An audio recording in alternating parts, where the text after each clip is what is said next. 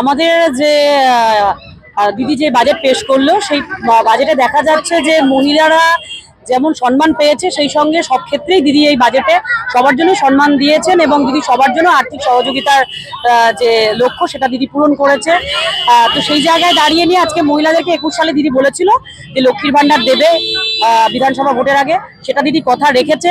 এবার আবার আমাদের মহিলাদের সম্মানের লক্ষ্মী যেমন বলেছে সেভাবে আর্থিকভাবে আমাদের 500 টাকা বাড়িয়ে আমাদের স্বচ্ছন্দ এবং স্বনির্ভর করেছে। সেই জায়গায় দাঁড়িয়ে আমরা 2026 সালে যেহেতু আমাদের ভোটার লিস্টে 50% মহিলা এবং মহিলাদের জন্য দিদি বরাবরই সম্মান দিয়ে থাকে, স্বাস্থ্যসাথী কার্ড থেকে ধরে নিয়ে মহিলাদের নাম থেকে ধরে নিয়ে আছে লক্ষ্মীর ভান্ডার।